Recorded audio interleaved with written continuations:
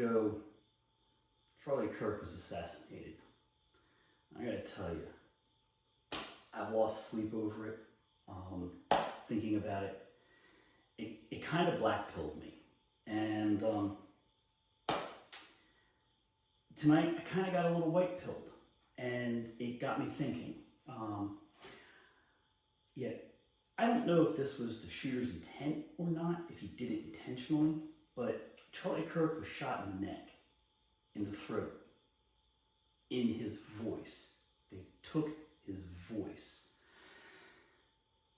The iconography of that just kind of struck me tonight, and I couldn't sleep anymore, and I had to say something, because he was known for his voice, and it was his voice that was taken from him. It was silenced, and it was in the most brutal and direct way possible, shot right in the voice. Now, I admit, my rage from that was, impulse, borderline homicidal, and it was just like, I kill everybody. No. Tonight I got a little white-pilled because I saw that the left is finally getting some of the consequences that they've been heaping on the right. There are people that are actually seeing what's happening for the first time and realizing that, okay, maybe voting on the left is the wrong way to go for now, because right now that's the party of violence. And it got me thinking about 60, 70 years ago, we had a spate of assassinations. And there was, Martin Luther King, there was JFK, there was Robert F. Kennedy, there was a bunch of them back in the 60s. And it occurred to me, we're going through a similar time period now. There was the 2 attempts on Trump, there was, the baseball shooting, there was, of course, Mr. Kirk.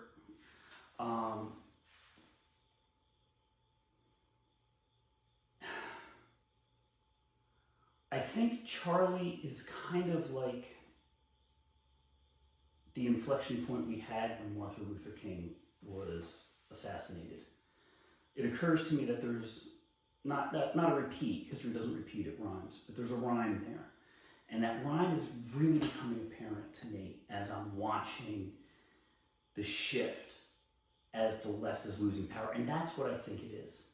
In the 60s, it was the right that was preeminent and the dominant party, and it was the left that was making sense, making good arguments, talking. And they started assassinating the people for it because they could, those on the right just couldn't handle that.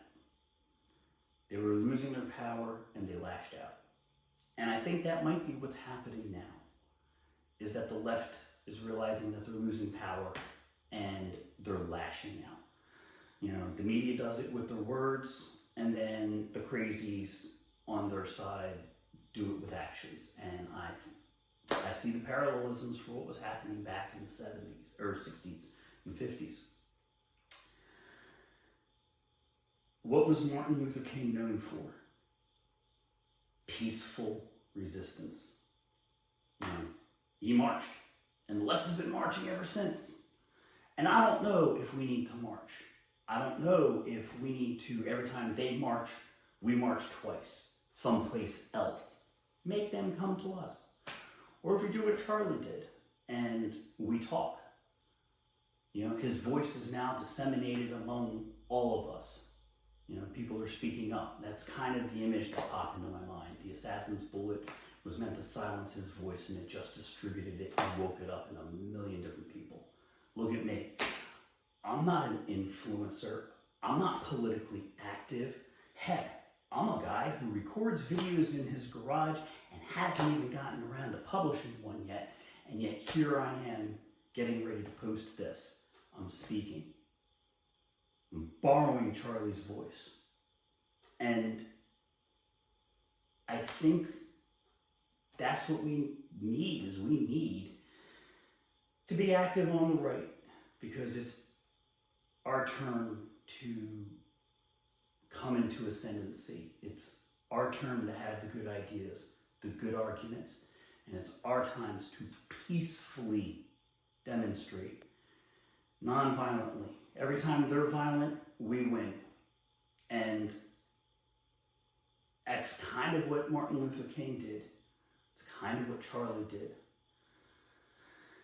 Anyway, this is Catter's Craft.